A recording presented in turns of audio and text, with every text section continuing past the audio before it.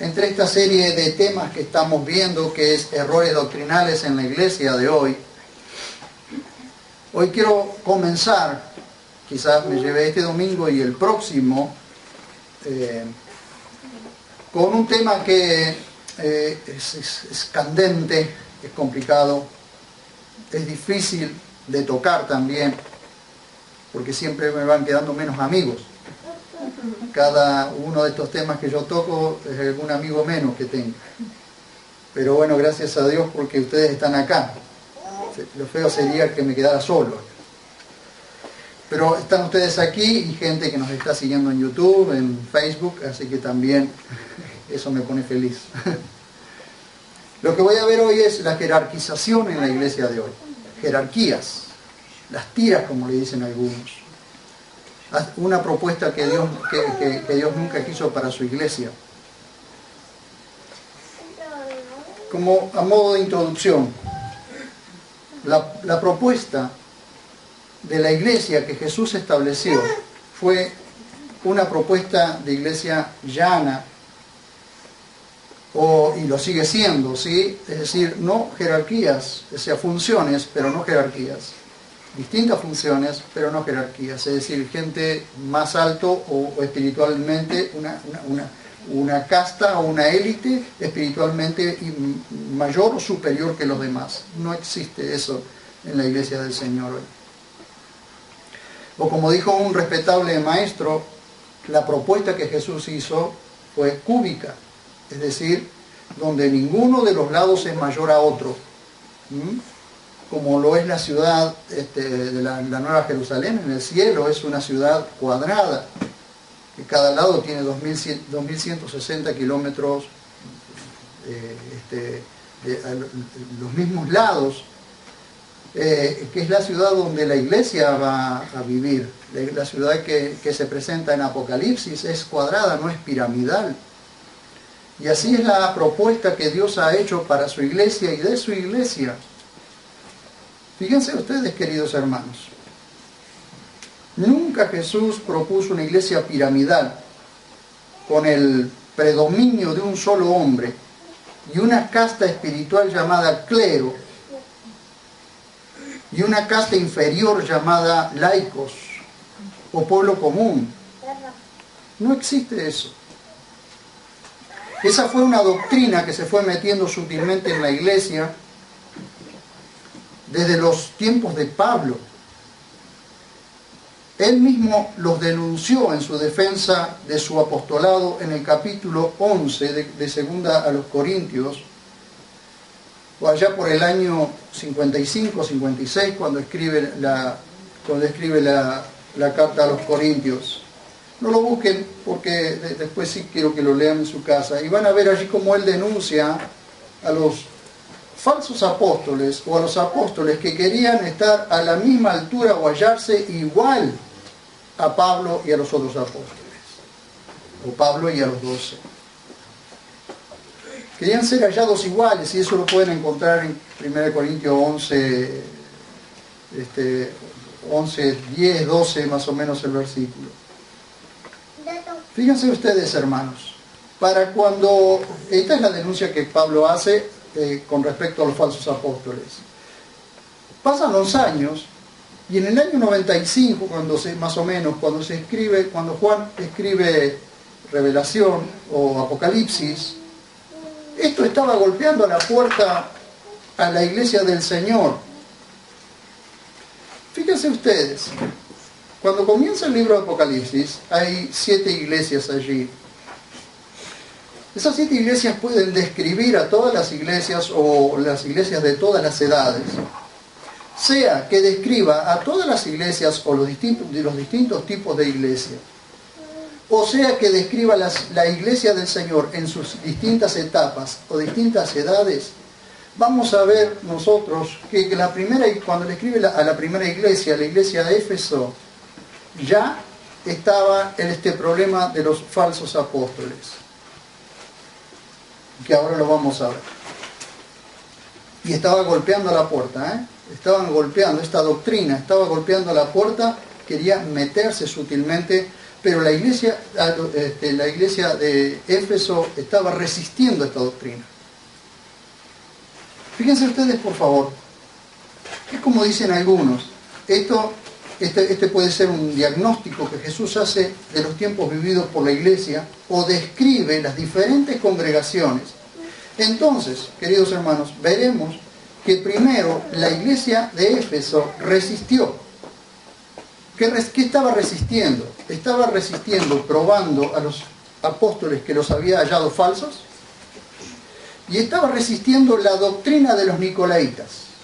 Ahora les voy a mostrar qué es la doctrina de los nicolaitas. Vamos, por favor, para comenzar, al libro de Apocalipsis.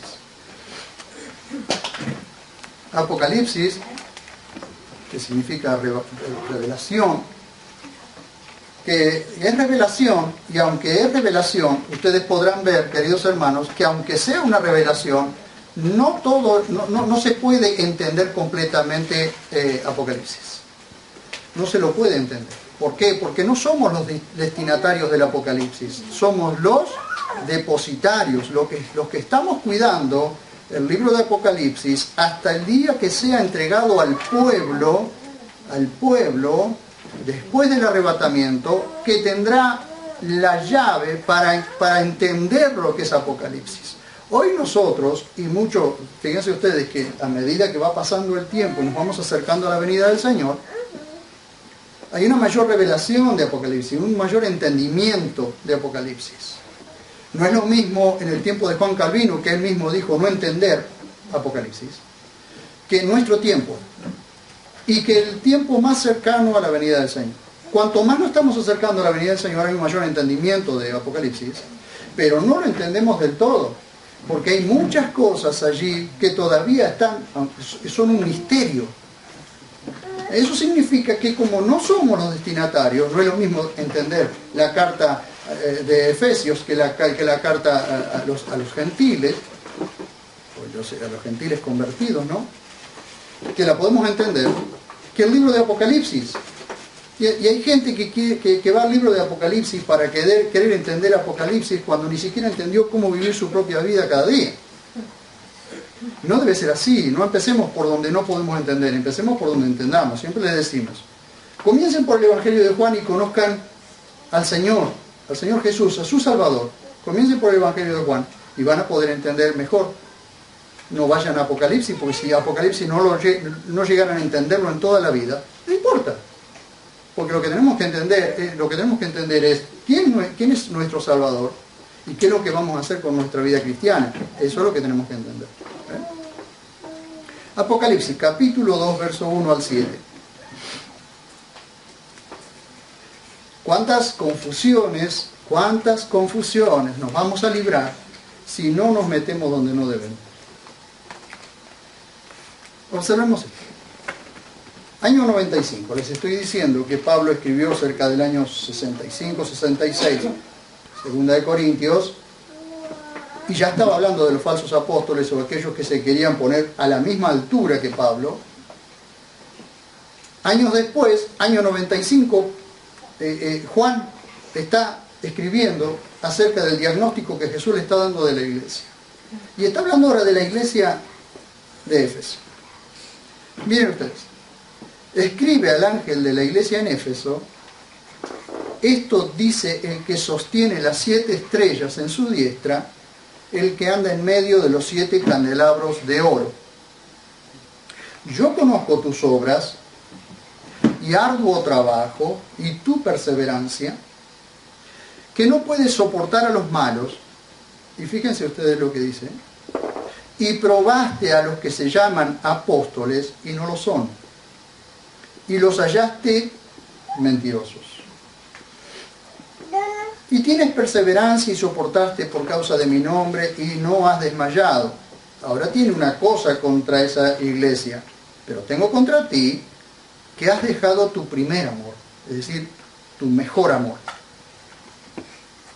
Recuerda por tanto de dónde has caído y arrepiéntete y haz las primeras obras.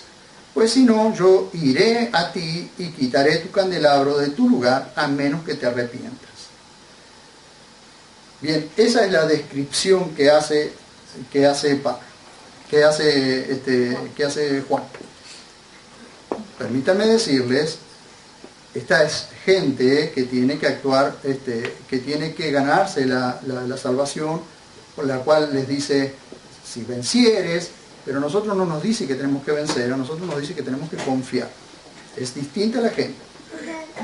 Pero hay un problema en esta descripción, no en la descripción en sí, sino un problema, estaba habiendo un problema, había problemas en la iglesia, pero había algo en lo cual Jesús y la iglesia estaban de acuerdo. Fíjense el verso 6. Sin embargo, tú tienes esto, que aborreces las obras de los nicolaitas, dice Jesús, las cuales yo también aborrezco. El que tiene oído, oiga qué dice el Espíritu a las iglesias. Al que venza le daré a comer del árbol de la vida que está en el paraíso de Dios. Acá está la propuesta. Apocalipsis no es para nosotros. ¿Por qué? Porque esto es para un pueblo que tiene que vencer. Nosotros tenemos que confiar. ¿Sí? Dice, Jesús dijo, confiad, yo he vencido al mundo. En el mundo tenéis aflicciones, pero confiad, yo he vencido al mundo. La propuesta es diferente. Nosotros tenemos que confiar en el que venció al mundo. Pero esta gente tiene que vencer. Y la salvación para ellos es vencer. Es una gente diferente. Pero el problema estaba entre ellos ya, que era el problema de los nicolaitas. ¿Cuál es el problema de los nicolaitas? O la doctrina de los nicolaitas. Observen ustedes que Jesús no está diciendo que aborrece a los nicolaitas. Jesús está diciendo que aborrece la obra o las obras de los nicolaitas. O la doctrina de los nicolaitas, como lo vamos a ver ahora más adelante. No está aborreciendo a los nicolaitas. ¿Qué significa eso? Que dentro de la misma iglesia del Señor hay gente que tiene que siendo cristianos tienen la doctrina de los nicolaitas. Fíjense notemos que probaron a los que se decían apóstoles y los hallaron mentirosos. Eso lo vieron en el verso 2. Y aborrecían la doctrina de los nicolaitas, igual que Jesús, en el verso 6. ¿Qué es la doctrina de los nicolaitas? Si se lo quiero mostrar. Y tengan en cuenta esto, por favor. La palabra nicolaitas proviene del griego y se compone de dos términos griegos. Ténganlo en cuenta para ver si se asemeja a la realidad. Dos términos griegos. Nico, que significa el conquistador, el vencedor, y que de ahí tenemos la palabra upérnica, o que es más que vencedores o más que victoriosos, y de ahí tenemos la palabra Nike, la de las marcas, que es vencedor también, o victorioso, o el que tiene la victoria. Y fíjense que el otro término, el primer término que vimos fue Nico, el conquistador, el vencedor, y el otro término es Laos, que significa pueblo, gente, seguidores.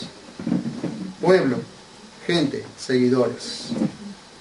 ¿Qué significa esta palabra? El que conquista pueblos, el que somete pueblos, el que vence pueblos. Esto es nicolaísmo o nicolaitas. Esta doctrina consistía en jerarquizar a los pueblos y estaba tratando de meterse a la iglesia para formar un grupo llamado clero, casta espiritual superior y privilegiada, y laicos, gente común espiritualmente inferior, que no podía tener acceso a las verdades si no eran interpretadas por el clero, y Éfeso lo resistía. Fíjense ustedes. ¿Qué pasó años después? La Iglesia Católica establece que todas las Biblias tenían que estar en latín. Entonces los únicos autorizados a interpretar las Escrituras eran el clero, los laicos no. Entonces, ¿cuál es el fondo de esta cuestión? Ustedes saben, cuando se tiene a un pueblo en ignorancia, es más fácil dominarlo. Pero esta doctrina se estaba metiendo cada vez más en la iglesia. Estaba golpeando a la puerta de la iglesia. Entonces teníamos por un lado la jerarquización del clero, esa pirámide que se comenzaba a formar, y por otro lado los laicos, es decir, la gente común. En una reunión, hace muy poquito tiempo, en una reunión de pastores, si alguien me puede correr por favor los micrófonos porque está haciendo interferencia. Hace muy poquito tiempo, en una reunión de pastores, uno de los pastores dijo, en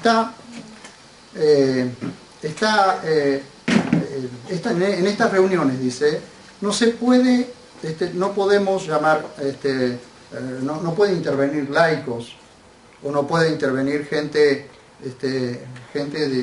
común. Tenemos que estar nosotros. A mí se me pararon los 4 pelos que tengo. Pues digo, yo no puedo creer la división que estamos haciendo en el pueblo. El clero, por un lado, los laicos, por otro. Esa nunca fue la propuesta de Jesús. La propuesta de Jesús es que no haya ni clero ni laicos. Que haya distintas funciones, sí, pero todas las funciones en todo el cuerpo de Cristo son iguales. Todos tienen funciones y todos trabajan igual. No hay hombre, mujer, no hay mayor, no hay menor. No hay tal cosa como padres espirituales. A lo sumo somos hermanos mayores ayudando a hermanos menores. Hasta ahí nomás, porque el hermano mayor es Jesús. Somos hermanos ayudándonos unos a otros. Pero esta doctrina fue socavando, golpeando, hasta que la iglesia cedió.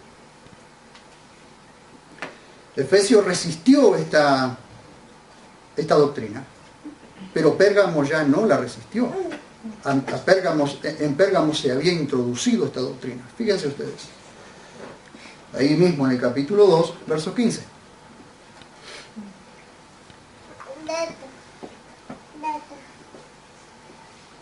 Dice el verso 14, pero tengo unas pocas cosas contra ti, porque tienes ahí a los que sostienen la doctrina de Balaam. Ya se había metido una doctrina, ahora se mete otra. Quien enseñaba a Balac a poner tropiezo ante los hijos de Israel, a comer lo sacrificado a los ídolos y a fornicar, es decir, a fornicar espiritualmente. E igualmente tienes también a los que sostienen la doctrina de los nicolaitas. Si Jesús está haciendo un enfoque o un diagnóstico de todas las iglesias que en aquel momento existían, entonces había una congregación en Éfeso que estaba resistiendo a la doctrina de los nicolaitas y la aborrecía igual que Jesús.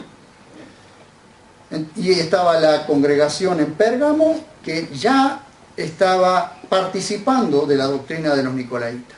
Es decir, ya comenzaba el tiempo de la jerarquización, el tiempo de la iglesia piramidal y no una iglesia llana o cúbica como era la propuesta de Jesús. ¡Qué terrible! Esto consistía en una propuesta de iglesia piramidal donde había un hombre en la punta de la pirámide y luego todos los demás. Ahora, permítame decirles, para llegar al final hay que pisar por arriba de todos para llegar hasta arriba. ¿Por dónde suben? Por la escalera, y la escalera que son la cabeza de los hermanos. Fíjense ustedes. Hoy tenemos una jerarquización, una jefatura, un liderazgo casi igual al catolicismo romano. Cuando yo me pongo a ver jerarquización en la iglesia romana, que me muestra en la pantalla de mi computadora la jerarquización en la iglesia romana, y me pongo a ver la jerarquización que se ha hecho hoy en el cristianismo, es exactamente igual. Un hombre en la punta y todos los demás hacia abajo. O sea, un hombre es el jefe, el general, el jefe, el jerarca, y todos los demás vienen detrás. Esta doctrina se fue metiendo a través de personajes de los primeros siglos como Víctor, San Agustín, Cipriano y otros. Juan denuncia, y recuerden ustedes a alguien que hemos estudiado hace un tiempo en la tercera carta de Juan. Juan denuncia a uno de estos personajes en su tercera epístola. No sé si recuerdan el nombre, pero vamos a ir nomás a unas páginas antes de Apocalipsis. Página 1267 creo que es. Ya tenemos un personaje que está predominando, queriendo tener la supremacía en la iglesia. Fíjense ustedes.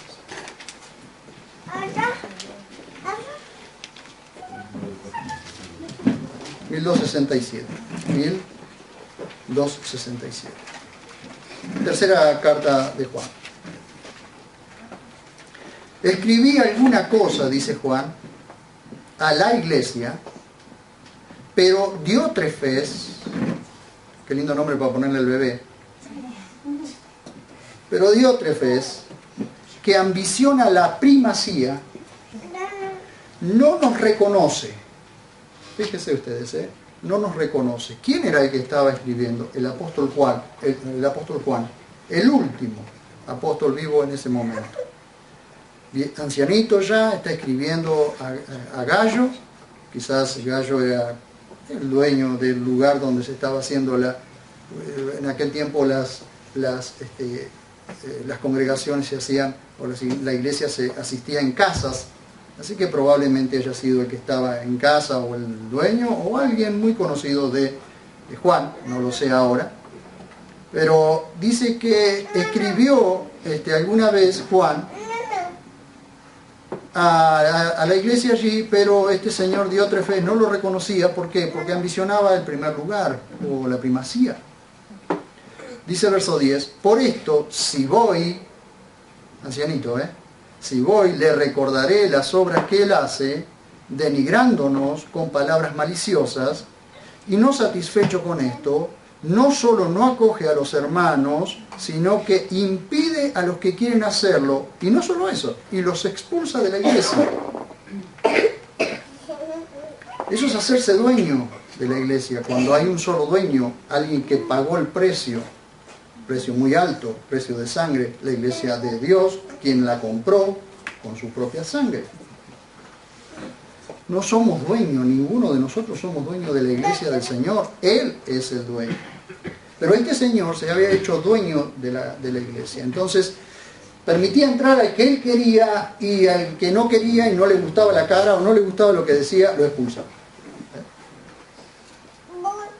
Eclesiastés 8:9 dice: todo esto he visto, esto lo dice Salomón, todo esto he visto y dediqué mi corazón a todo lo que sucede debajo del sol, mientras un hombre domina a otro para su mal.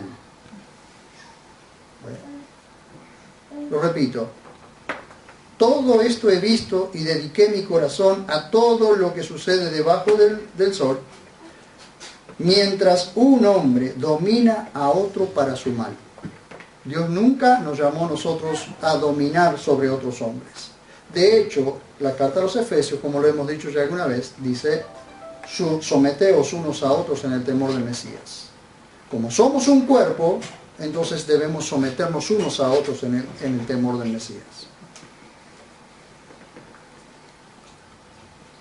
Una de las cosas que yo aborrezco es esto, miren. El menosprecio de supuestos líderes ha llegado a tal grado que consideran que el conocimiento de las Escrituras es solo para una élite, para un grupo de académicos y maestros, y no para todo el pueblo. Jesús reprendió a los doctores de la ley por esta causa. Vean ustedes conmigo Lucas capítulo 11, verso 52.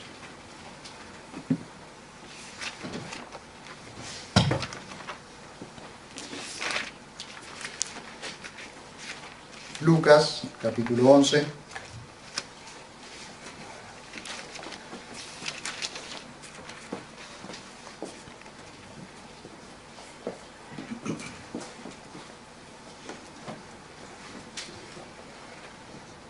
Dice, 11:52.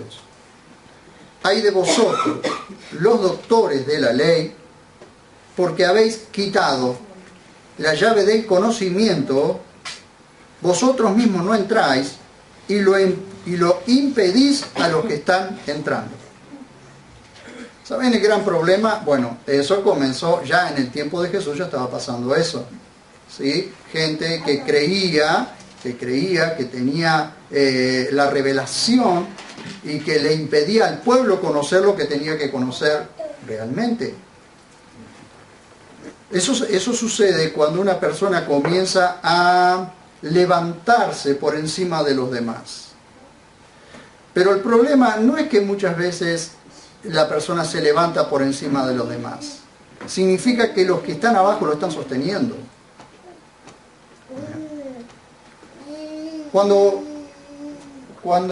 Pablo le dice a Timoteo que llegará el tiempo en que tendrán comezón de oír, porque no querrán oír la sana doctrina, sino que se amontonarán para sí maestros conforme a sus concupiscencias.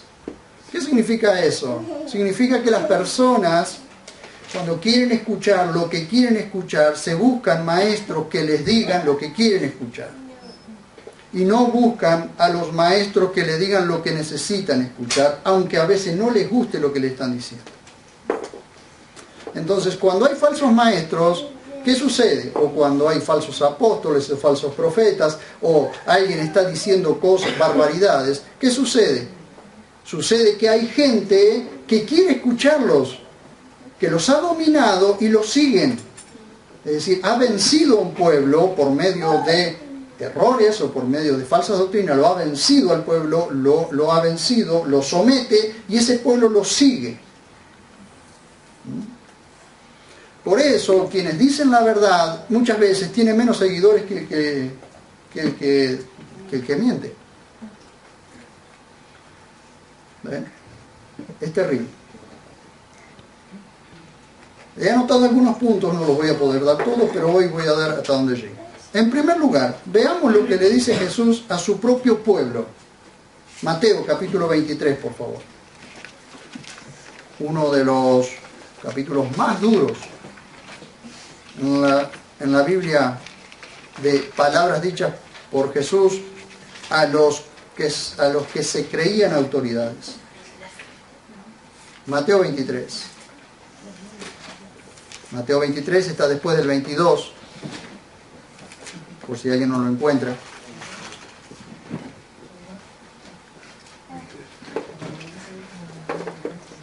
Está 22, 23 y 24.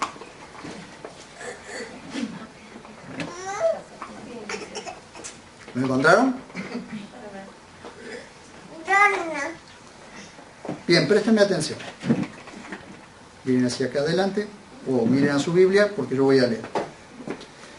Fíjense, entonces Jesús habló a las multitudes y a sus discípulos. Jesús siempre estuvo atento a poder enseñarle a todo el pueblo. Y cuando hablaba, excepto cuando tenía que hablarle algunas cosas a sus discípulos que lo llevaba aparte, sino siempre Jesús enseñaba a todo el pueblo. Por eso el pueblo lo seguía, porque el pueblo escuchaba cosas de ese hombre que nunca había escuchado, que nunca ese pueblo había escuchado, que alguien le había cerrado, le había quitado la llave del conocimiento para que el pueblo no entendiera, no supiera, porque era más fácil dominar al pueblo. Pero Jesús estaba tan fastidiado con este tipo de gente, con esta clase de élite espiritual superior, que le habla al pueblo. Fíjense ustedes que le dice primero que habla de las multitudes y sus discípulos. No pone primero a los discípulos, pone a las multitudes primero y a los discípulos, para que los discípulos no se la crean. Dice, entonces habló a las multitudes y a sus discípulos, diciendo, en la cátedra de Moisés se sientan los escribas y los fariseos. Haced, fíjense lo que dice, haced y guardad, pues todo cuanto os digan, pero no hagáis conforme a sus obras, porque dicen y no hacen. Hagan y digan todo lo que ellos dicen, pero no hagan como ellos dicen. o no hagan como ellos hacen, que dicen pero no hacen. Porque la palabra de Dios es instrucción y es demanda. Es instrucción y es demanda. Es decir, Dios te instruye primero, luego te envía. Dice, atan pesadas cargas y las ponen sobre los hombros de los hombres, pero ellos no las quieren mover ni con un dedo. Y se lo está diciendo delante de ellos mismos, no es que Jesús lo está diciendo aparte, se lo está diciendo en la cara. Antes bien hacen todas sus obras para ser vistos por los hombres, porque ensanchan sus filacterias y alargan sus flecos. Esas filacterias eran esas cajitas que llevaban, donde llevaban una porción bíblica, entonces la hacían cada vez más grande para que lo vieran qué santo era, y alargaban los flecos, porque los flecos simbolizaban muchas veces sacerdocio. Entonces alargaban los flecos para que los flecos también se vieran. Y aman el primer reclinatorio en las cenas y las primeras sillas en las sinagogas y los saludos pomposos en las plazas, y que los hombres los llamen rabí o excelentísimo. Como hoy tenemos la palabra reverendo, y como no hay casa tenemos reverendísimo. No sé qué reverendo será. Dice, pero vosotros no seáis llamados rabí, es decir, excelentísimos o maestros, porque uno solo es vuestro maestro y todos vosotros sois hermanos. Y no llaméis Padre vuestro a nadie en la tierra, pues uno solo es vuestro Padre, el celestial. Hoy hay una clase de apóstoles o profetas a los que hay que llamarles padres. ¿Padres de qué? Mío no, porque mi papá falleció hace un par de años, así que no, mío no es papá. ¿Padres de qué?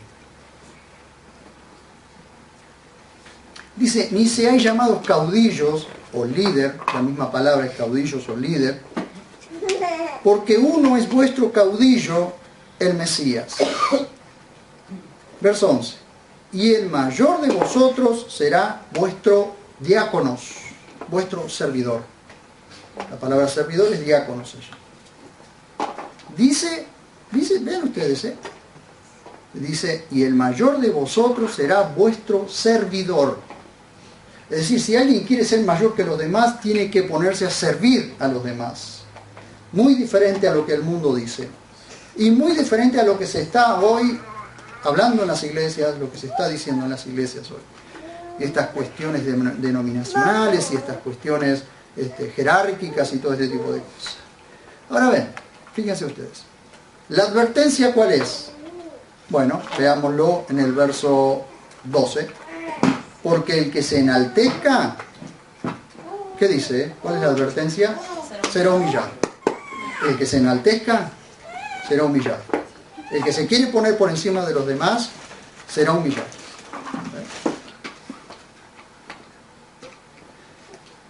Y observen ustedes la recompensa. Y el que se humille, será enaltecido. La recompensa, la exaltación para el que se humille. ¿Por qué? Porque el reino de Dios funciona completamente diferente a este sistema que estamos viviendo. Y lamentablemente este sistema que estamos viviendo se ha metido en la iglesia. Este sistema de jerarquización de que uno está por encima del otro, esto se ha metido en la iglesia. Entonces tenemos los grandes y los pequeños dentro de la iglesia. Una vez alguien me dijo, hace algún tiempo, querido hermano, usted es un apóstol. Usted es un apóstol. Gracias, hermano. Pero así como estoy bárbaro. Déjame así nomás. Porque el que se enaltezca será humillado y el que se humille será enaltecido. Punto número 2. Solo los servidores serán grandes. No debemos copiar este sistema que pertenece al nuevo orden mundial. Este sistema que nosotros estamos viviendo, este sistema mundanal que estamos viviendo, Este sistema pertenece al nuevo orden mundial que se está estableciendo hasta la venida del falso Mesías o del anticristo. Porque el mundo va a necesitar un líder que solucione este problema mundial. En ese momento entonces va a estar preparado todo este sistema va a estar preparado, justo, listo para que aparezca ese líder que el mundo necesita, el falso Mesías. Por eso Israel sigue esperando al Mesías, pero su Mesías ya vino. Mateo 20, 25 al 28. Un poquito antes.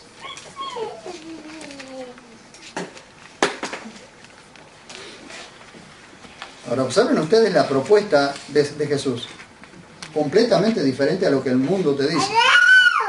Porque este sistema que estamos viviendo, este sistema de jerarquización que estamos viviendo, que una persona siempre está por encima de los demás, hace que haya personas que en su ignorancia comience a buscar los primeros lugares y comience a hacerse ver para que lo vean, y los grandes comiencen a levantarlo de tal manera que esa persona comienza a estar por encima de los demás. Pero Jesús jamás nos llamó a esto. De hecho, Jesús reprendió a sus discípulos cuando dos de ellos querían estar uno a la derecha y el otro a la izquierda. El tema cuál iba a estar a la derecha y cuál iba a estar a la izquierda. Porque el que estuviera a la izquierda iba a estar menos que el otro. Un escalón menos. Fíjense ustedes, por favor. Mateo 20, 25 al 28. En este caso es la madre de los hijos de Zebedeo la que se postra delante de Jesús y le dice y le pide el lugar para sus hijos, que se pueda sentar uno a la derecha y otro a la izquierda. Y Jesús le dice, vos no sabés lo que estás pidiendo. No sabés lo que estás pidiendo. Entonces, verso 25 dice, entonces Jesús los llamó y les dijo, sabéis que los gobernantes de las naciones se enseñorean. Presten atención a esta palabra, porque dentro de la iglesia pasa lo mismo, gente que se enseñorea de otros. Dice, y los grandes ejercen su autoridad sobre ella.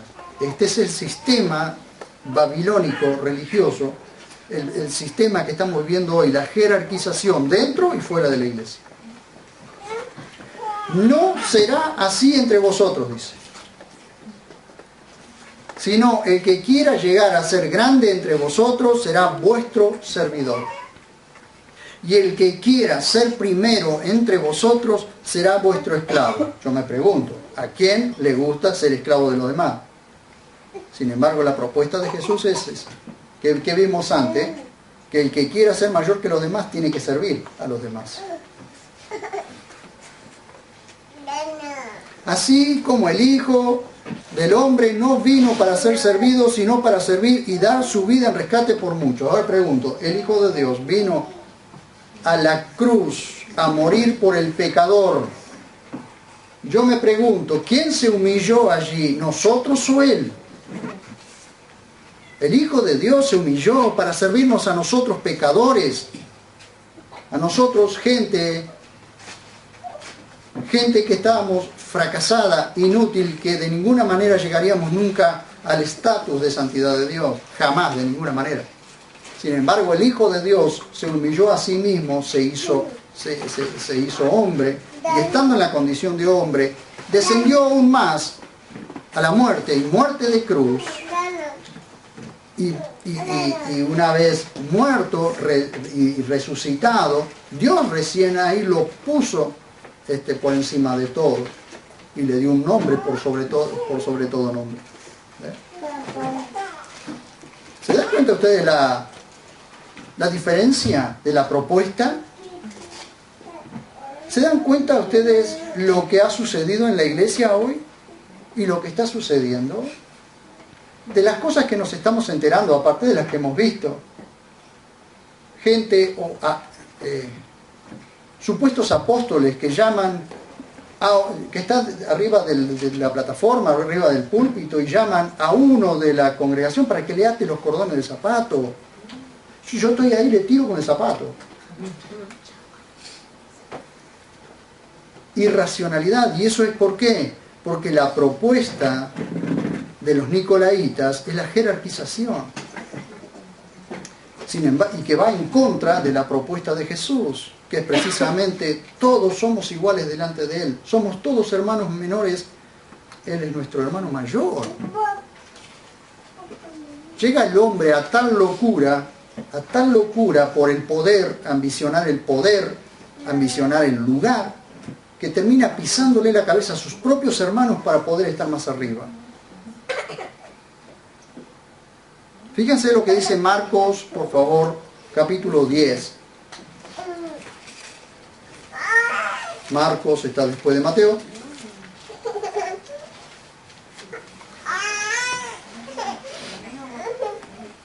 Y acá hay otra cosa que quiero que le presten mucha atención, porque en nosotros Evangelio no está, pero acá en Marcos está.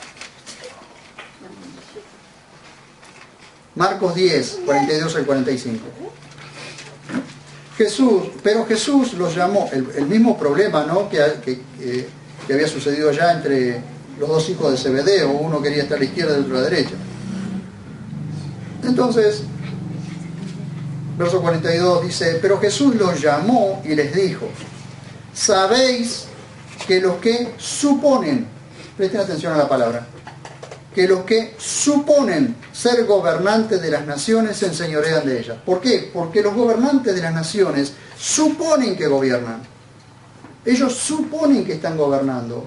Pero el tema es que ellos suponen que por sus propios medios, por sus propias habilidades, por sus propios pensamientos, están gobernando las naciones. Pero ahí hay un mundo de tinieblas que los gobierna a ellos.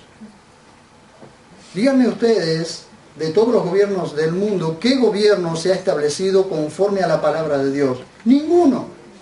Porque ellos suponen que gobiernan. Ellos se creen que gobiernan. Pero hay algo, o hay alguien que los está gobernando a ellos. ¿Y quién es? Satanás, los demonios, las huestes espirituales de maldad los están gobernando a ellos. Entonces ellos suponen que gobiernan. Y Dios pone y Dios saca a los gobiernos que Él quiere y como quiere. Pero como este mundo yace bajo el maligno, como este mundo está gobernado por las tinieblas, pero no debería suceder esto en la iglesia del Señor. La iglesia del Señor está gobernada por el Espíritu de Dios. Y debería estar gobernada por el Espíritu de Dios. Dice, y los magnates de ellas ejercen despóticamente su autoridad sobre ellas. Pero en la iglesia pasa lo mismo. Tenemos gente déspota que gobierna las iglesias. Pero entre vosotros no es así. Sino que quien quiera llegar a ser grande entre vosotros será vuestro servidor. Y el que quiera ser primero entre vosotros será esclavo de todos. Duro lo que Jesús dice, ¿eh? Porque a ningún hombre le gusta eso. Pero a eso nos llamó Dios. Porque ni el Hijo del Hombre vino para ser servido, sino para servir y dar su vida en rescate por muchos. Queridos hermanos, quiero terminar esta noche con esto. Jesús es nuestro modelo a seguir. Jesús es tu modelo y el mío a seguir. Jesús nunca se puso por encima de todo, teniendo toda la capacidad, todo el poder y el señorío para hacerlo, pero nunca hizo eso. De hecho, la noche, fíjense ustedes, la noche que era entregado en el huerto de Getsemaní, Judas le tuvo que dar un beso a Jesús para que los que se lo iban a llevar preso supieran que ese era Jesús, porque no se distinguía de sus discípulos. Dios mío. Y hoy tenemos, ustedes observen, queridos hermanos, ustedes por ustedes mismos observen lo que está pasando en la iglesia de hoy. Terminamos con esto. Lucas, capítulo 22, versos 24 al 27.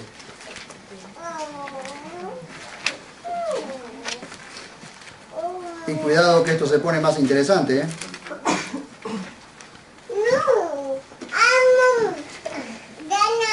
Porque hay muchas cosas que por una cuestión de una mala traducción se la toma así, sin ver realmente lo que el texto griego dice. Pero eso lo vamos a ver a partir del domingo que viene. Fíjense ustedes la diferencia. El mundo presenta un gobierno piramidal, pero Jesús presenta un trabajo codo a codo. ¿Qué dice Lucas 22, 24 al 27? Dice: hubo también entre ellos una contienda sobre quién de ellos parecía ser el mayor. Esto ya estaba en el corazón, ¿eh? Observan ustedes que ya estaba en el corazón de algunos de ellos. Diga, ¿quién estará por encima? ¿Quién liderará esto? ¿Quién será el líder cuando se vaya el Señor? Cuando el Señor ya no esté más. Señor, mírame. Hubo también entre ellos una contienda sobre quién de ellos parecía ser el mayor. Él entonces les dijo: los reyes de las naciones se enseñorean de ellas y los que tienen autoridad sobre ellas son llamados bienhechores. Pero no así vosotros, sino que el mayor entre vosotros hágase como el menor y el que dirige como el que sirve. Tendríamos que decir el que cuida de los demás como el que sirve. Porque en el mundo, ¿qué sucede en el mundo? ¿Qué sucede en todas partes? ¿Quién es mayor? ¿El que se reclina a la mesa o el que sirve? Cuando hay una reunión y tenemos invitados, pregunto, si nosotros fuéramos a un restaurante, fíjense ustedes qué simple. Si nosotros fuéramos a un restaurante y nos sentamos a la mesa y todo, viene el mozo y nos sirve a nosotros. Me pregunto, y yo les pregunto en esta noche, ¿quién es mayor? ¿El que está sentado a la mesa o el que sirve? Para el mundo, el que está sentado a la mesa es el mayor. ¿Sí o no? ¿Cierto? Entonces el que está sentado a la mesa es mayor que el mozo. Y sin embargo Jesús no dice eso. Vean ustedes. No es el que se reclina a la mesa, según el estándar de este mundo, el que se reclina a la mesa es el mayor. Yo he estado en lugares, queridos hermanos, donde tenían un lugar para aquellos grandes, para aquellos, para la élite, para el estatus, que se comían los manjares. Y del otro lado estaba el pueblo allí que comía lo que podía y lo que rascaba. Si alcanzaba a agarrar un cacho de torta, comía. Pero imagínense que mi esposa y yo estábamos incómodos como si tuviéramos un clavo en el... De hecho, no compartimos eso absolutamente para nada. No porque seamos mejor que nadie ni nada por el estilo, sino porque si, por ejemplo, vamos a un lugar con toda la congregación, yo no voy a ir a juntarme en otro lado y dejar la congregación o dejar los hermanos en un lugar y yo irme a otro porque soy el invitado. No. Desde ya lo aviso yo, así no es. Entonces tenemos un pueblo, entonces tenemos una separación entre el clero y los laicos. Los laicos, como es pueblo común, come lo que puede, lo que quiere o lo que le dan. Eso a mí me enerva, me molesta. Dice: y yo estoy en medio de vosotros como el que sirve. Les pregunto, ¿qué pasó la noche que era entregado y él instituyó la cena dominical? ¿No fue él el que le lavó los pies a los discípulos? Y de pronto le va a lavar los pies a Pedro y Pedro dice: no, Señor, vos no vas a hacer tal cosa. Fíjense cómo el orgullo humano saltó, afloró en la vida de Pedro. Y Jesús, ¿qué le dijo? Si yo no te lavo los pies, no tenés parte conmigo. Ah, entonces bañame todo, lavame la cabeza, todo. ¿Por qué? Porque Jesús vino para servir y no para ser servido. ¿Y creemos nosotros que estamos mejor posicionados que eso?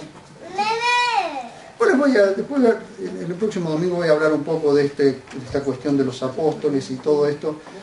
No estoy en contra de que haya llamados apostólicos o llamados proféticos, no me meto en eso. Tengo mis serias dudas, pero no me meto en eso. Y le puedo demostrar por qué, porque hay un versículo que demuestra a nosotros los últimos apóstoles. No estoy en contra de las funciones, estoy en contra de las jerarquías, hermanos. De que alguien sea mayor espiritualmente que otro. Puede haber madurez, puede haber un mayor conocimiento, pero ¿por qué muchas veces Dios hace las cosas? No, ¿por qué Dios hace las cosas así? Y sencillamente, primero porque hay personas que se rinden mucho más a la obra del Espíritu Santo, que le rinden toda su vida, entonces las cosas a esa persona le van mucho más rápido, mucho más fáciles para entender para todos. Entonces Dios hace un llamado sobre personas para que cuiden a los demás, para que las instruyan, pero la obra del ministerio la hacen todos los santos. No hay élites espirituales, no lo hay. Y fíjense ustedes que el mundo está presentando un gobierno piramidal y dentro de la iglesia se está presentando este gobierno.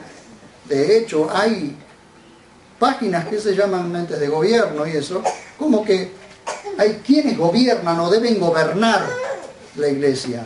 No, queridos, no es gobierno, es cuidado. No hay gobiernos, hay cuidados.